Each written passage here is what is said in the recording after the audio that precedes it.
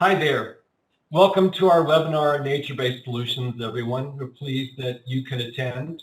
I'm Paul Faith, and I'll be moderating today. We have a very distinguished group today to discuss what has become a fairly hot topic recently with the advancement of discussions at COP26 in Glasgow last November. As a participant and an observer in some of these conversations, I've pulled together a group of folks who I respect and who I have learned a lot from. And I hope in listening today, you will too.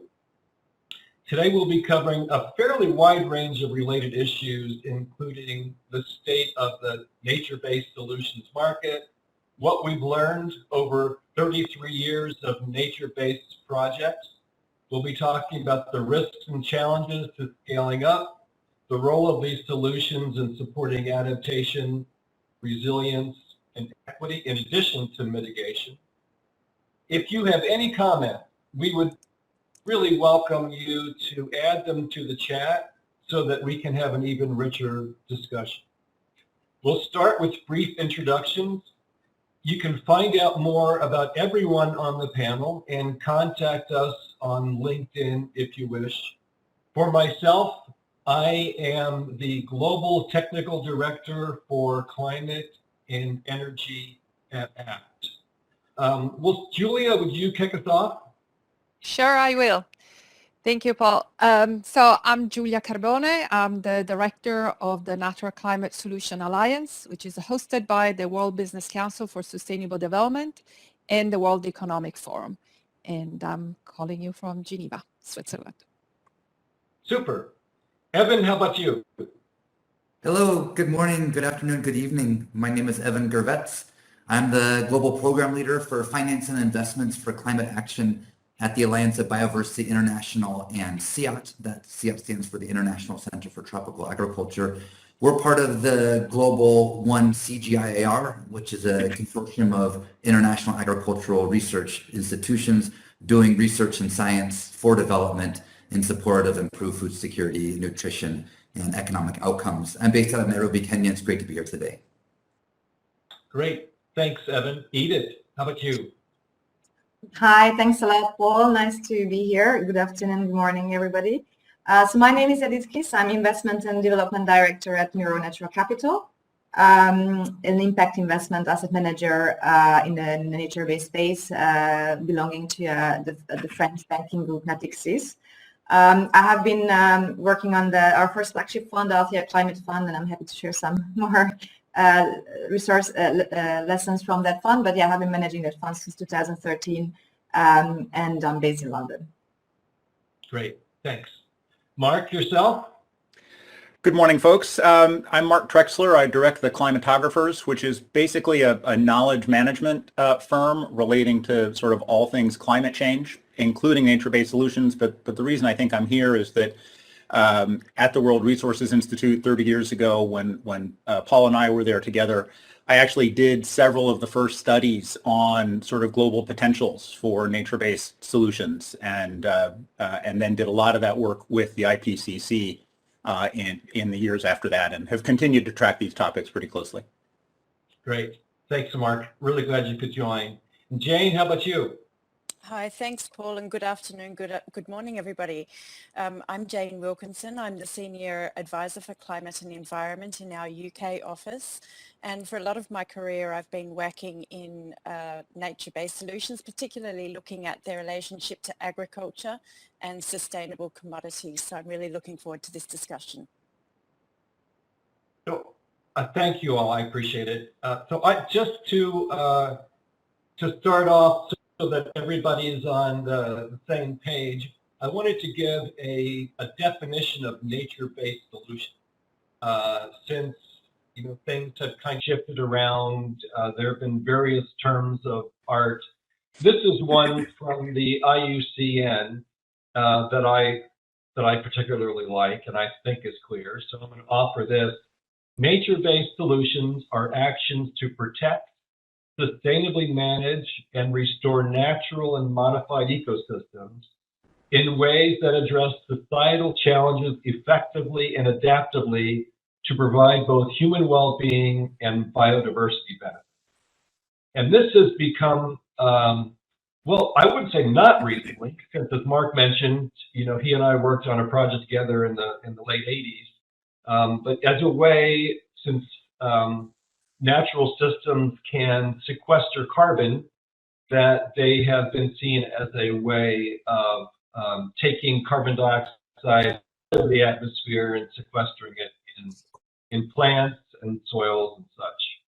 So Mark, as you mentioned, we worked together 33 years ago to do the first project. I identified the project, which was an agroforestry project in Guatemala that a coal-fired power plant in Connecticut that has since closed, by the way, wanted to do an offset. So I identified the project, and you did the calculations and an assessment of that project.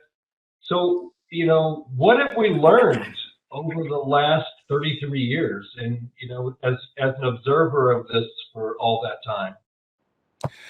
I think the key thing that we've learned, and that's very easy to sort of overlook today, is just how long the history of this topic is. I mean, the Tropical Forest Reaction Plan work dates back more than the 33 years. People were calculating how much of the world we'd have to reforest to solve climate change. Freeman Dyson did that in 1975. The lesson here is how hard these things have been to pull off. Deforestation has continued, soil degradation has continued. Nature-based solutions, as desirable as they are for all kinds of reasons, are very difficult to implement, and certainly to implement at scale. And the pressures that we currently face from climate change, for example, are going to make it much more difficult to pull these things off. And so I think that the history of this topic we really should bear in mind as we look forward, because there's an awful lot of rose-tinted glasswork going on right now in terms of how we're going to use these things to save the world. And we've been literally saying that for 30 years. So how do those lessons apply today, do you think, Mark? Well, there's just, we're all these studies are coming out of what the global potential is, which, by the way, some of those studies are very similar to the numbers that we came up with at WRI 30 years ago. Yeah. Even though nobody cites them, because anything that happened more than 5 years ago in this space doesn't actually exist anymore, or doesn't seem to exist anymore. I think that for whatever reason, people are really jumping again on this bandwagon. I mean, this was a big bandwagon 10 years ago, 20 years ago. Now it's a big bandwagon again. And my concern is that we're going to put so many of our eggs into this basket, and that, as climate change progresses, we're going to see a lot of nature-based solutions simply fail. And from a climate change perspective is what I'm referring to. And so I think the lesson here is to be really careful of how many eggs we want to put into this basket as a climate change solution. Just a note on those forecasts, as a modeler, I was told in graduate school that, always best to forecast for the year after you retire. And you and I aren't ready to retire yet, but we can see it from here. So that's those projections are still largely hold true. Edith, I want to direct a question to you. So you mentioned that you've been working on this fund with Morova since 2013. I understand that you're wrapping up what was your first flagship fund. I bet you have some interesting lessons from that. Could you share those with us?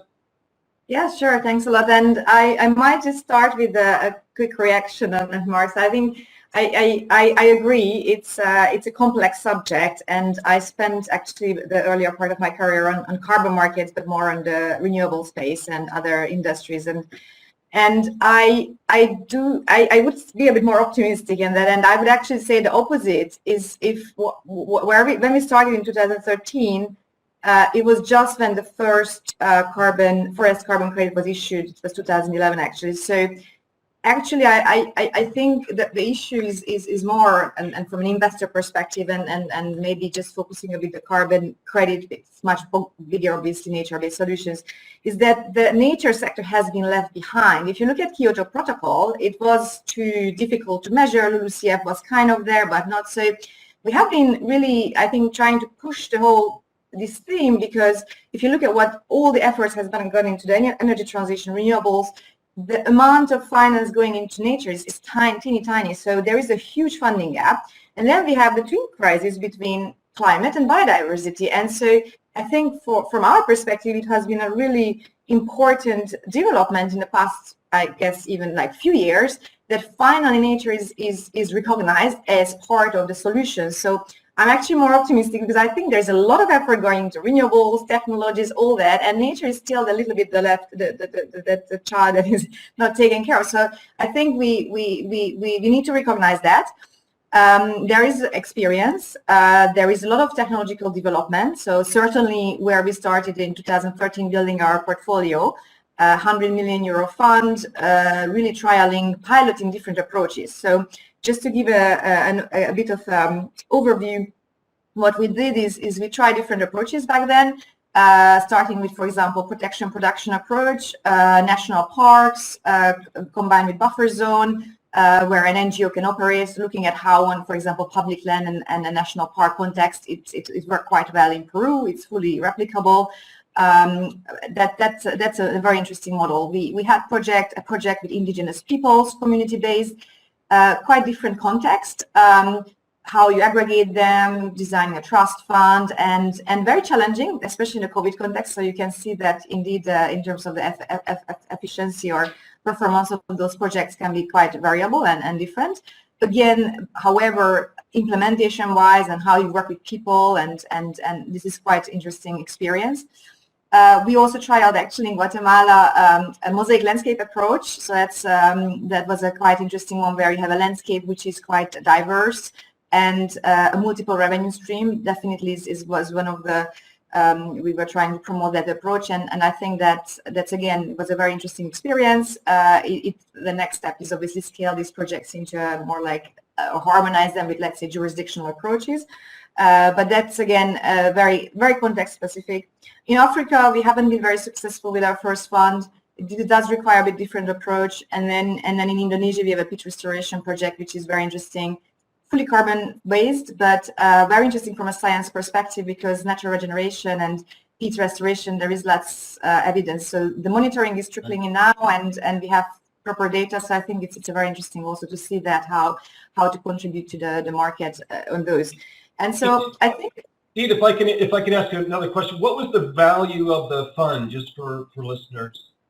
Yes, so it is a 100 million euro fund, closed-ended fund, so 8 years. So coming to an end, we extended already once. So it's investing 100 million euro, fully deployed, and then diversifying between carbon and agroforestry and some commodities as well.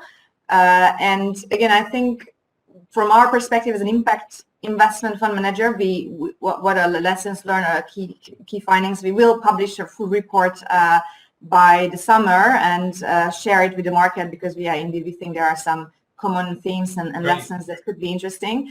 But just to mention a few, I think really what we see is, if you put a price on carbon, which we didn't have back then when we started investing, we did try to demonstrate that to investors and create the business case around it. It does work.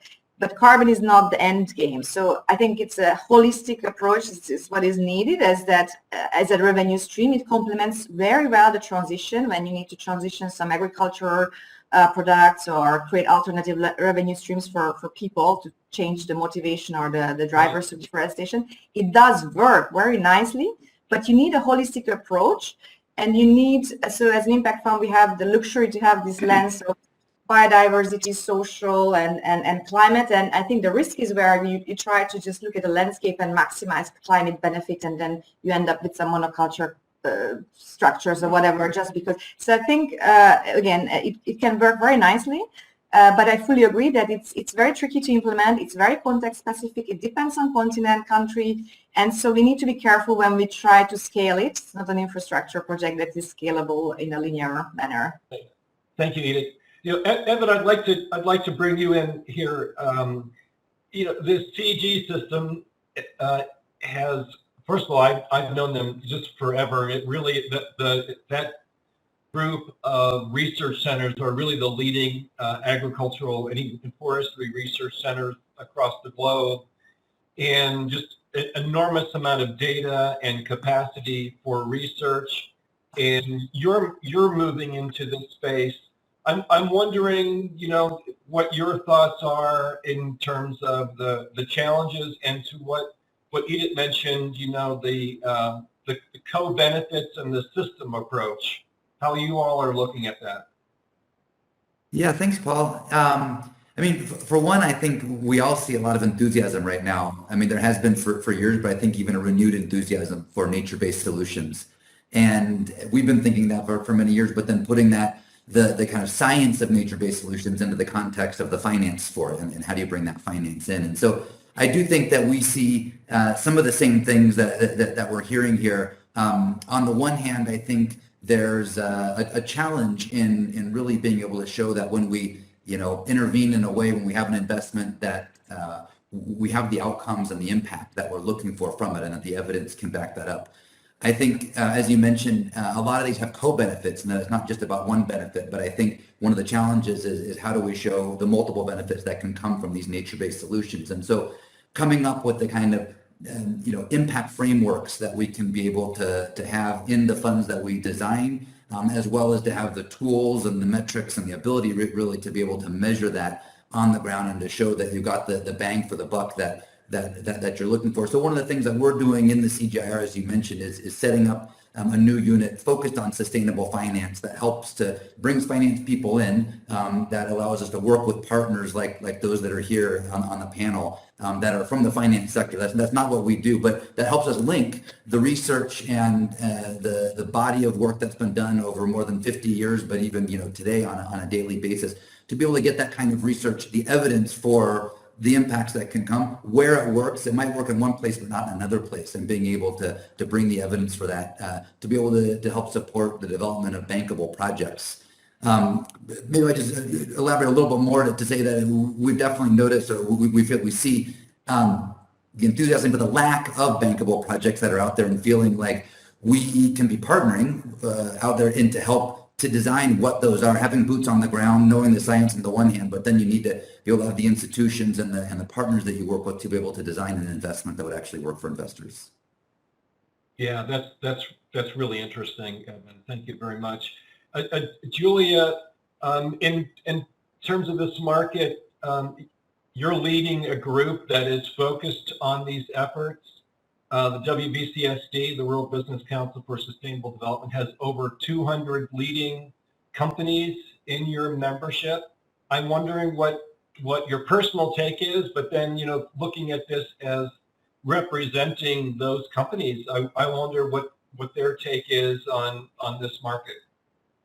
Yeah, so, well, there is definitely an interest and a desire to make the opportunity, and I'm like Edith, I see this as a real opportunity. The first time that actually conservation is seen as, a player in the world, like nature is actually there to contribute to climate mitigation and adaptation. The problem from a business perspective is not so much on the nature-based solution side, but is more about the credit, using credit. And this is where we wish it was so simple to say, companies go out there and purchase for whatever is residual per year, because that could really, raise the game in terms of finance for these great projects.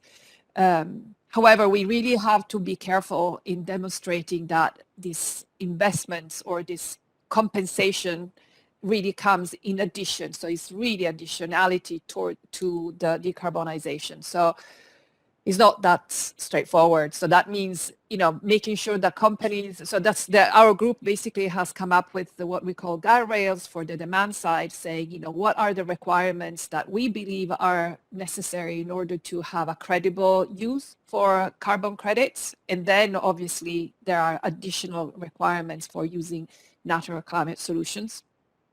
And this is what we are launching now, saying, you know, companies that fulfill these requirements, they come to our platform and we can showcase them so we can differentiate. Some companies are using these credits and maybe they are using them as an alternative to proper decarbonization. What we are saying is the companies that come to our platform actually are doing really their, you know, properly their homework of decarbonization for all scopes. They should have science-based targets validated by third parties, and then they can say, well, then we invest in natural climate solutions. And we see companies are really interested because of the possibility of enriching their story. That is not just about carbon, but is about nature, which is also a lot, you know, a lot of these companies actually have, you know, making great efforts also in, you know, managing biodiversity. So in a way, is the coming together of different streams, of different groups within companies, those who work on, you know, social, you know, human rights issues, those working on biodiversity, those on climate. And for me, that I come from the conservation perspective, I see this, it's a great opportunity because you have, you know, even within companies, you have teams working completely separately. It's like, why? You have so many opportunities, including funding, you know, with the same pot of funds, you can actually do so much more if you think, you know, strategically and use, you know, natural climate solutions. However, as it was said, is not any investment in nature will bring, you know, the benefits that are associated, as you know, mentioned, Iucn definition for natural climate solutions, for nature-based solutions, which is, you know, the natural climate solution will be NBS for climate. And this is where I think we need to be very, very, you know, courageous and keep saying that a natural climate solution or an NBS for climate has to have benefits for people and has to have benefits for nature. Otherwise, they're not NBS. They are just, you know, afforestation without necessarily the benefits. However, we know, for those who know biodiversity brings resilience and therefore also can address the questions about the longevity of these projects that also bring carbon. But as Edith said, the investment is in nature.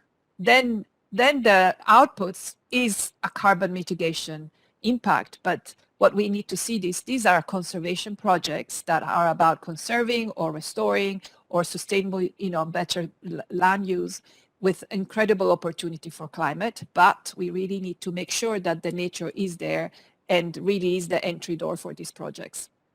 I think that's a great point. One of the things about the first project that Mark and I worked on, the project that we found was an agroforestry project, as I mentioned, in Guatemala, and which was being run by CARE, International Relief and Development Group. And that project, by providing new techniques in areas where it was swidden or slash and burn agriculture, brought techniques that reduced dramatically soil erosion. It improved nutrition. It improved, it helped people to become more sedentary and not go in and cut down the forest, which turned out to be, you know, a huge part of the carbon benefits, and benefited 50,000 farmers and their families, about 250,000 people. So these, and that's been very well studied. And you know, these really can have that sort of benefit if done appropriately.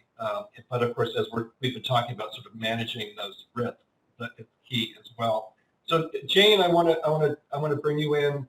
A lot of this interest has been kicked off by UNFCCC negotiations, and particularly by something, you know, the real minutia here, Article 6.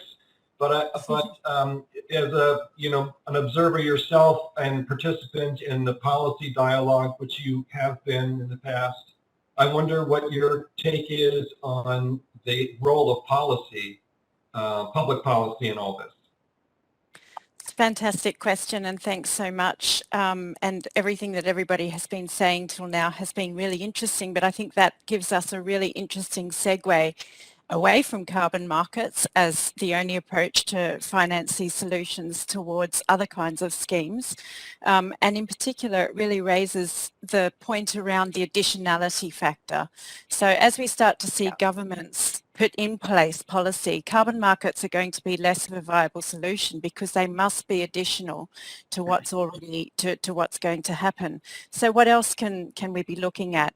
There's a lot of things governments can be doing, and I think particularly when we think about the way that agricultural landscapes and conservation landscapes are often next to each other, putting in place better protection mechanisms and financing Earth observation systems, for example. But protection systems, calling something a national park means nothing unless you actually put into place enforceable capacity. So, rangers or guards who can actually keep an eye on protected areas, or to get the community engaged some way. There's been a lot of ways that those can happen. For example, in Brazil, there's some very interesting examples about how districts have been blacklisted from federal funds, not under this current government, but under previous governments, if they were unable to actually meet environmental standards that were in place. And where if they met them, which was quite obvious from the space data, they would actually get public funding for next year's policies. In terms of agriculture, things like fiscal policies are really important because they play big part in how farmers decide to use their land. Will they actually invest in better agricultural productivity to increase their yields or to make themselves more climate resilient? Or will they go and cut down more trees just so that they can grow more produce on more land and really sort of move into those landscapes? And then again on restoration, when governments actually put in place targets for companies, for example, to meet certain levels of ESG spending, just as an example, then we can see new budgets open up for restoration. But I think the real key, as far as Article 6 is going to go, is going to be around the standards. And some of the other speakers have actually talked a little bit about those. So we've got... What the heck is Article 6 anyway, for our listeners? What is that? Sorry, Article 6 is a bit of a nightmare. Article 6 is really, it takes the sort of the whole carbon market ideas that came from the Kyoto Protocol and puts them into the Paris Agreement. So it's about markets and non-markets based approaches. But where Article 6 is related to carbon markets is where it sort of talks about international trade in mitigation outcomes. And what it's allowed countries to do is either to set up bilateral arrangements whereby one country can buy from another country, or there will be an international mechanism, much like the Clean Development Mechanism, for example, which actually oversees an international trading scheme. And just very quickly before I stop, sorry, is that, the controversy with all of that is that right through this whole system, governance is the key, because when it comes to trading carbon between countries, the biggest controversies in the most recent years have been around who gets to count the benefit and who has to move it out of their national inventory, so that we actually have environmental integrity in the system. But just to say, none of this works without government policy, but we have to be careful where government steps in, because it does sometimes constrain the ability of private actors to act. Right. I want to ask anybody else, Mark or Julia or Evan, or any additional thoughts on policy and the appropriate role of public policy in managing all this? A couple of things, if I may. I mean, yeah, this whole conversation, a lot of the conversation around carbon markets, around NBS, is being framed as, okay, public policy hasn't worked, public decision makers are not acting, so we're going to take matters into our own hands by, creating these massive voluntary carbon markets and by doing all of these things. And that's never going to work. I mean, to suggest that voluntary markets will solve climate change in the absence of policy is crazy. And yet, that's where a lot of the conversation is today, that policy has failed and it's time to move on. Senator Sheldon Whitehouse says, nobody comes to lobby the U.S. Senate on climate change except for maybe Patagonia. And he said that last year. So, the public policy issue is critical, and there's a fundamental moral hazard issue here.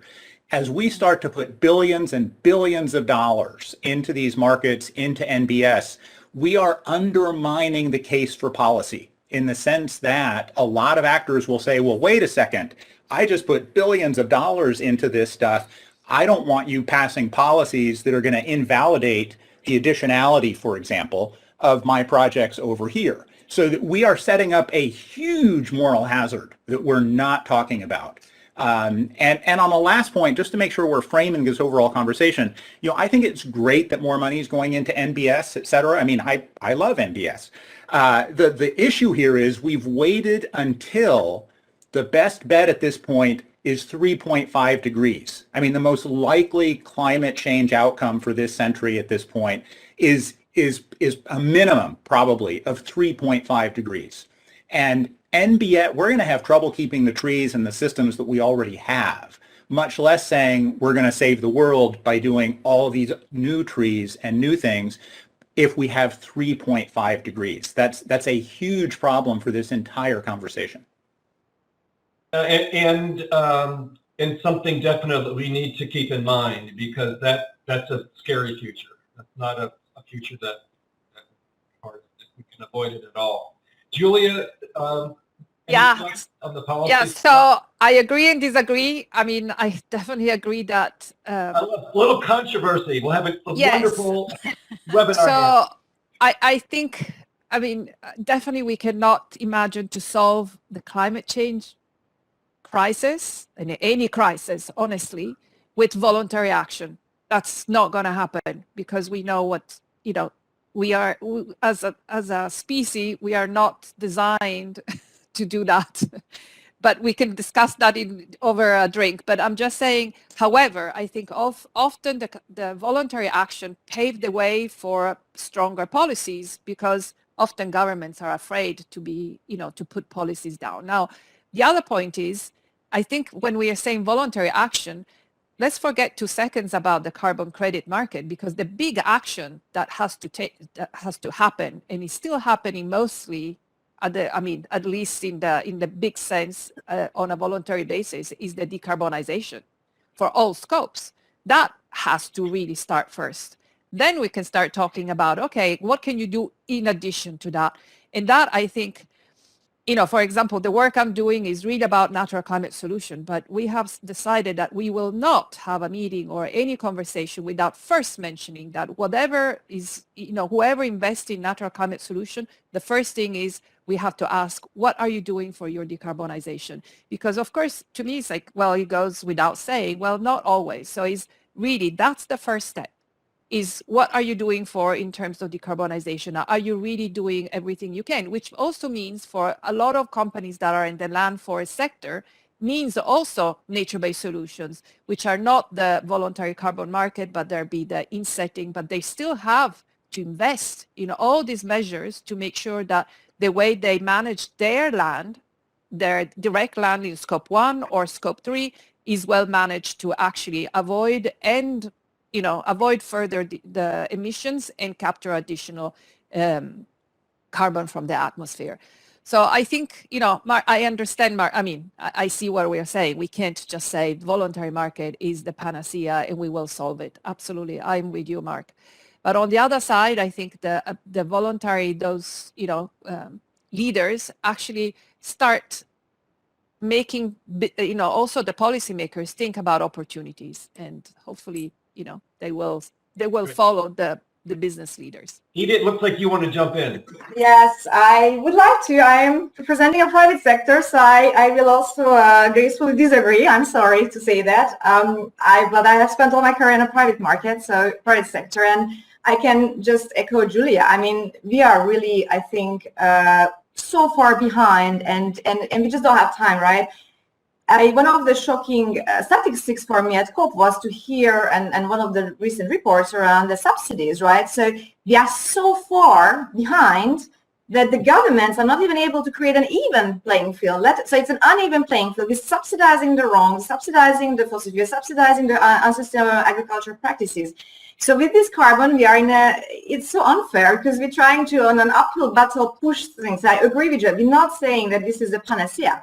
All we're saying is that, we need to do something and we need to pave the way. And historically, carbon markets on the voluntary side has been also fueled by pre-compliance. So I also agree that it actually, once you show it works, ideally the governments will follow, and then we'll put in place real carbon tax, real carbon pricing signals, and we don't have to worry about this voluntary versus. So I think from our perspective, timing is an issue. We have tried to work in Brazil without any success on a jurisdictional scale or government. Brazil has been highlighted as one of the success stories in the command and control systems, but then look what happened when the commodity prices increased. All that is wiped out in a year. So I am skeptical, and I am very optimistic by this new wave of private sector commitment, because private capital, private market, that's where the money is, and we don't have enough public money to make this happen. So blended finance is a really good new, development, which was not there 10 years ago.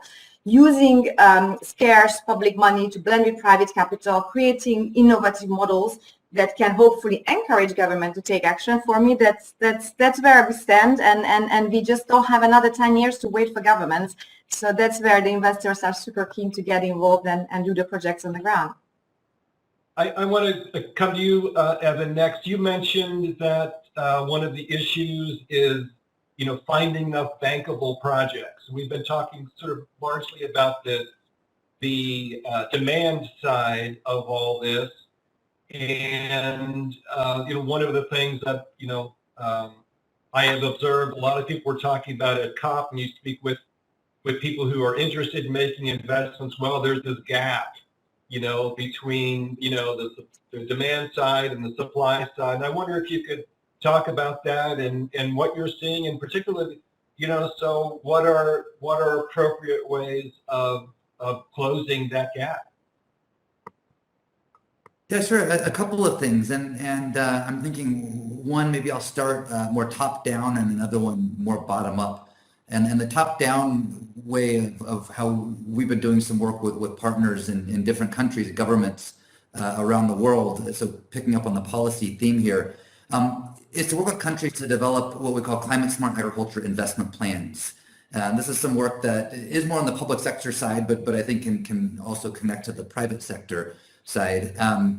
The idea was to work, for example, in, say, Ghana, and look across the different strategies, the priorities, the investments that were already being looked at in Ghana, and to say, okay, which of these would constitute climate smart agriculture? Now, I'll say within that we can put natural climate solutions, nature-based solutions can be some of those investments that are in there. But the point being is that from kind of a top-down approach, from a government-driven, or at least multi-stakeholder, let's call it, driven process at the national level, start to point to what are some of the big opportunities for investment in climate solutions, and in particular nature-based solutions in a country. And so what we saw is that could frame up, again, kind of point to the opportunities in the country. What are the big sources of emissions? Even start to look, we can, I think, start to get into the adaptation side of things. What are some of the big adaptation needs? And how could climate smart agriculture, but I think we can narrow in on nature-based solutions, play a role in there? Or what are some of the low-hanging fruit that could be pursued further? So I'd say that's kind of top-down of filtering out and giving direction for investors, be it on the public or private side, coming into a country.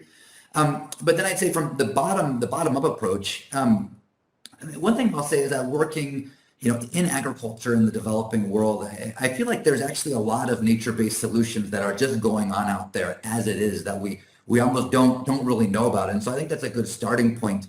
Some examples, but there's many. One would be thinking about agrobiodiversity and really the different varieties of crops that are just naturally out there existing, doing work to see which ones could provide benefits for the farmers. Maybe they're more resilient. Maybe they could provide more, low emissions, a certain kind of tree species that could be part of agroforestry. But the point being is, doing those kind of, assessments, but then seeing how then we can be creating the business models for those kind of seeds to get into the hands of farmers and make that a business opportunity from that kind of agrobiodiversity standpoint. Another one I think about is livestock is a big emitter. I mean, we know in the issues with methane, especially in the developing world, they're one of the biggest threat from agriculture, but even from many countries, the source of emissions. And it comes down to a lot of just, these are really poorly fed animals that are not getting the nutrition they need and not producing as much as they can. But by doing good rangeland management, we can be improving their productivity, reducing the greenhouse gas emissions that come from them, and, providing then livestock that can either be from dairy or from meat or other sources of income, and be then an investment, but you've got to structure it right. And there's challenges, as we talked about, that how do you structure that kind of investment, especially when you have, if it's, livestock often can be pastoral, that's more challenging. However, I think there are a lot of opportunities on the feed side of improving the feed that we have for livestock. And again, reducing the emissions, at least the emissions intensity coming out of the livestock sector, but also providing adaptation benefits, because the stronger the animal is, the more it's going to be producing, but also the more it's going to be able to withstand climate shocks that come in. That's great. I just want to reflect, we have a comment from Tosin that is relevant here, and I want to shift gears slightly to take a look at this. But if you look at it as an environmental issue alone, you miss the social and economic impacts. It is a web that cannot be considered an isolated term, which I think is a very helpful comment here, and very relevant to what we're discussing now. And I want to shift to one of the things, taking off from what you've been saying, and that we've had some bouncing off of in terms of relevance with regard to resilience, et cetera. The USAID has released a climate strategy in November. It's still being updated, and there are goals that have to do with getting more private sector capital involved, with protecting forests, and one of them is to support making 500 million people more resilient to climate change.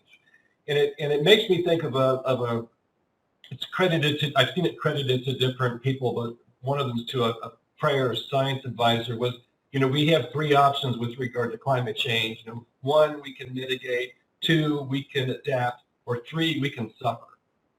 And getting to what Mark was saying, about if we're really going to get to 3.5 degrees, there's going to be a lot of suffering. And the first ones who are going to be suffering are those who are the least able to manage this. So I'm wondering, kind of to what you were saying, Evan, and bringing others into the conversation here as well, the role of nature-based solutions in helping people to adapt, to become more resilient, and also, how do we do all this if we, go forward and globally as this in the market develops? How do we do this in a way that is equitable and really does reach those who are, least able to be resilient and adapt to climate change? And Jane, I want to toss this to you first and then open it up to everybody else.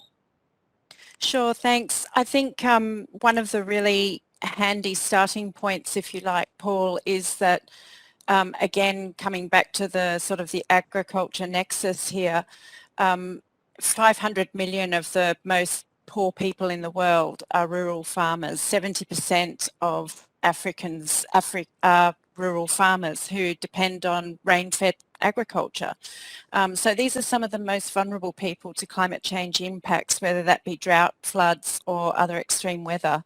And so if we can help those people to integrate nature-based solutions or climate-smart agricultural practices that actually allow them to use different kinds of crops that are more climate resilient, that improves their food security, that improves their resilience to climate changes. It also gives them alternative livelihoods and, diversifies their income. I've actually visited sites in Ethiopia where they've employed, agricultural practices that have literally brought back desert landscapes into flourishing diverse farms, and to the point where they've actually seen water tables rise. These people, because they have diversified incomes, they can actually move off the land for income as well, which makes them more climate resilient. I think one of the big questions that we have to solve in terms of doing this at scale is, how do we ensure that the benefits of these approaches do flow to the local people who are the ones who have to implement them? So it's all fine and good to say, let's go in and do a great big scheme here, and we'll set up a offset mechanism. And by the way, I'm a massive fan of carbon markets, so I'm not sort of naysaying them. But I think where that system exists, we have to have in place appropriate governance arrangements and transparency arrangements, either through local governments and national governments or international community if that's necessary. It's a really complex question, and I think it's one that we're far from solving.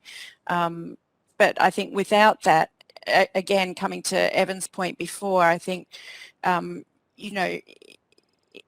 people who actually are going to be implementing this, if they can't be benefiting from them, they're not going to actually be taking this forward in a way that really is a game changer for the climate. Other thoughts? Sorry, Julia, I'll let you jump in. I think it's a very important point. So I just wanted to echo that's one of the issues we see around this debate around the jurisdictional versus projects, which has other issues, of course, around baseline and accounting. But to Jane's point, I think the social side and the local people and the benefit share, the more you're moving again up to the government level, the more difficult it gets, this flow. And so therefore, we really do see a real importance of projects and then finding a way then to sort out the accounting. So I fully agree with that. Just wanted to jump in there. Yeah, and I think this, it was a very good way to capture the complexity of actually implementing an MBS, because the theory is fantastic. It's really magnificent how you connect, what was mentioned is the web. It's a system, it is a system, and this is the system we have been talking about, and now is out there for fun. There is an interest in financing it.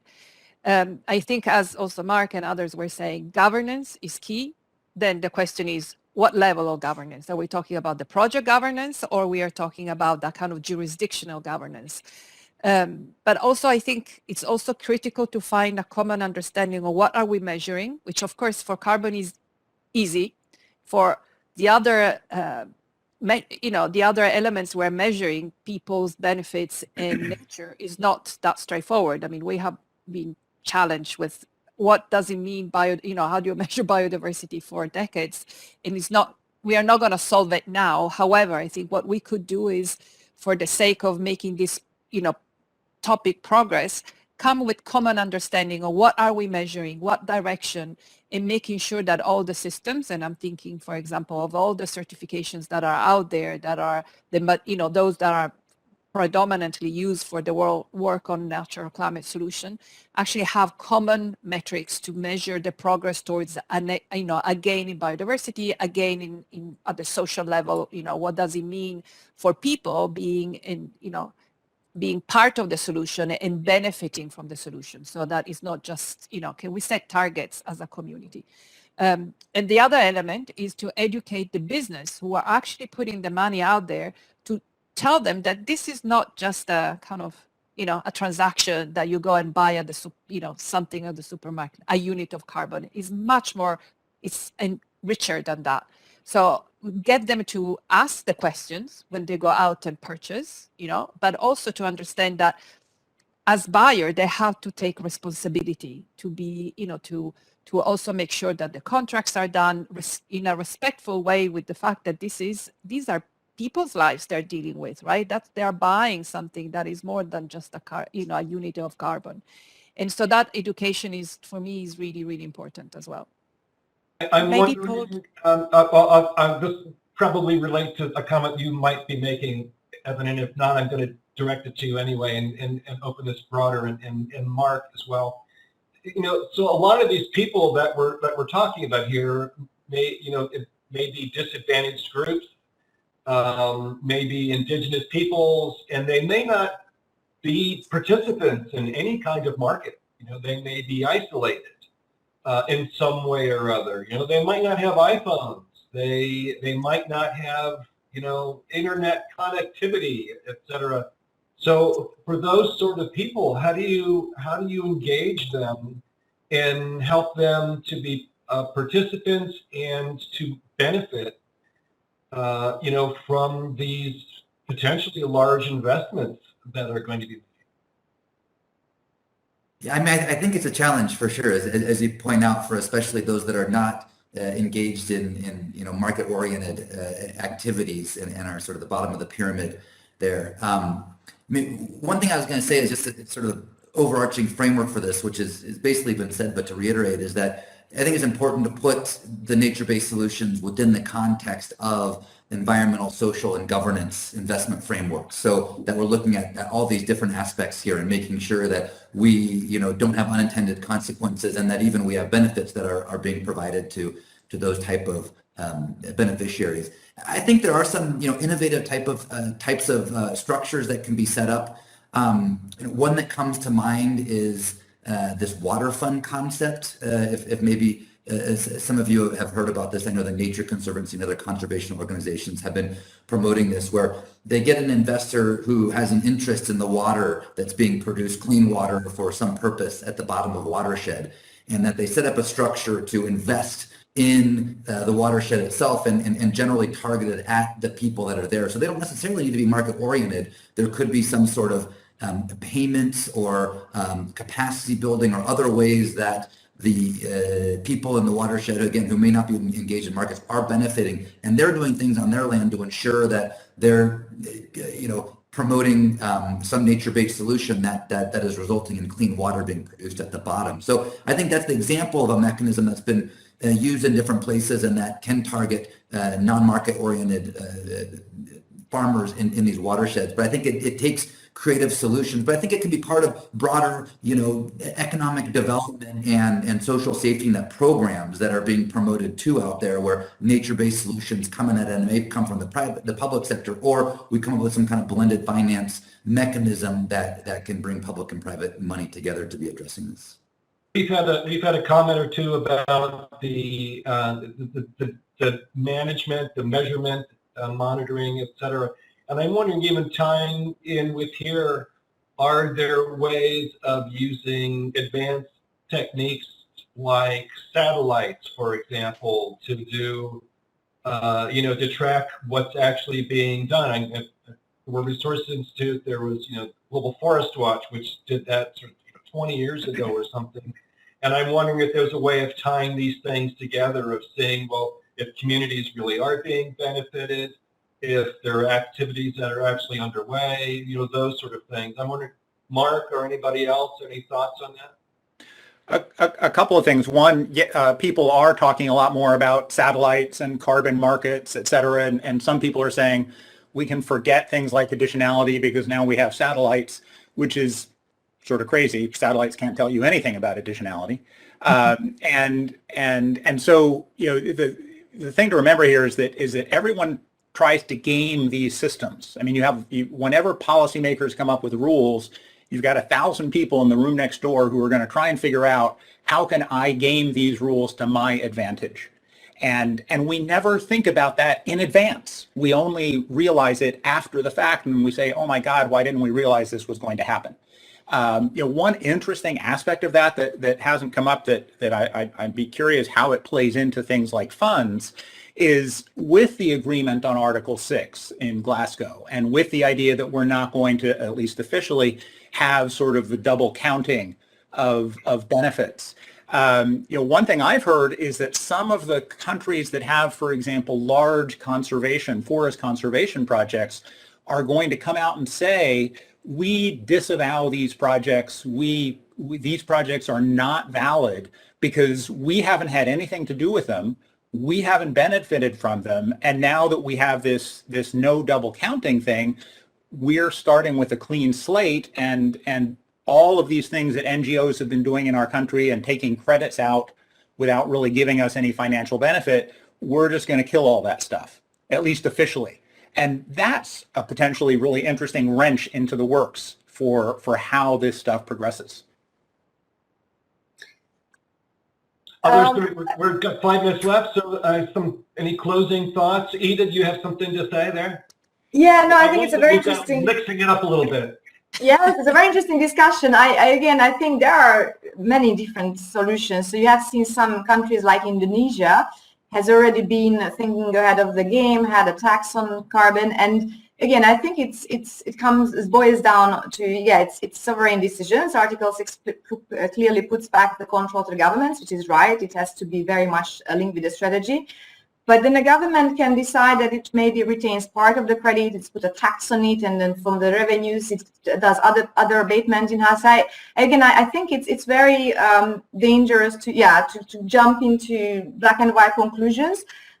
Certainly the environment, the landscape is very complex, so investors need to be aware of it. Nobody wants to double count. Again, from a pragmatic practitioner perspective, our view is that we need to invest, do it in a holistic approach, in the most robust way possible, and then let's sort out the accounting once we manage to save those forests. Because if you don't save them, we can do whatever we want and dispute about it in 10 years. Then you can double count, triple count. It's not going to happen. So I think, again, I would just caution for the urgency and action. We want to get the money flowing, but we don't want a gaming of the system. We need the governments to step in, the guardrails, all this important work that Julia mentioned is being done. So I think we are all aligned. It's just we need to see how it pans out, and we don't really have much time to discuss about it, but we need to take action. That would be my. So I'm going to ask Julia, Evan, and Jane for closing thoughts, and then we'll wrap it up. Yeah. So just with the risk of sounding a bit naive, but I think the real solution to me is not to say, is the government leading or is the private sector, is really how to bring these two together. So the private sector, also the amounts, they're not going to solve the potential, we're looking at potential 10 gigaton a year. The private sector here, we're talking about how much is going to fund. 1, 2 is not the whole thing, but it's still it could be an important element. So how do we create an opportunity for being credible, transparent, not undermining their decarbonization, which is what the businesses should be doing first and foremost. But for example, we need to have claims that are aligned also with the Article 6. So that are things that the business can claim and use in terms of their marketing, and at the same time finance what the countries need.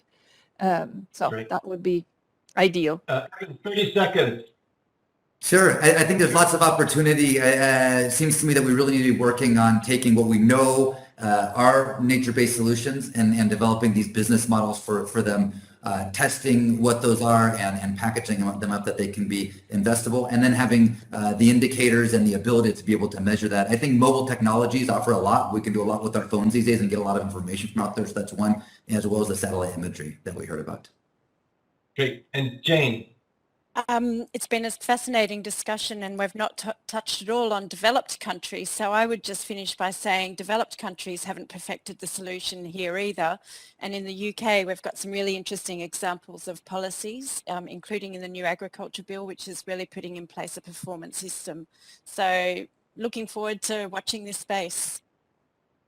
Thanks very much. Thank you to the panelists. I found it interesting, and so I hope others who were listening in did as well. Thank you to everyone who participated. And just like to say, in a month, unfortunately we don't have a date, but we're going to be doing another webinar on health and climate change, which will include elements of health grid electrification and lessons learned from malaria control programs and climate.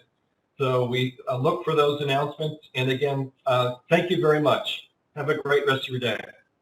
Thank you. Bye.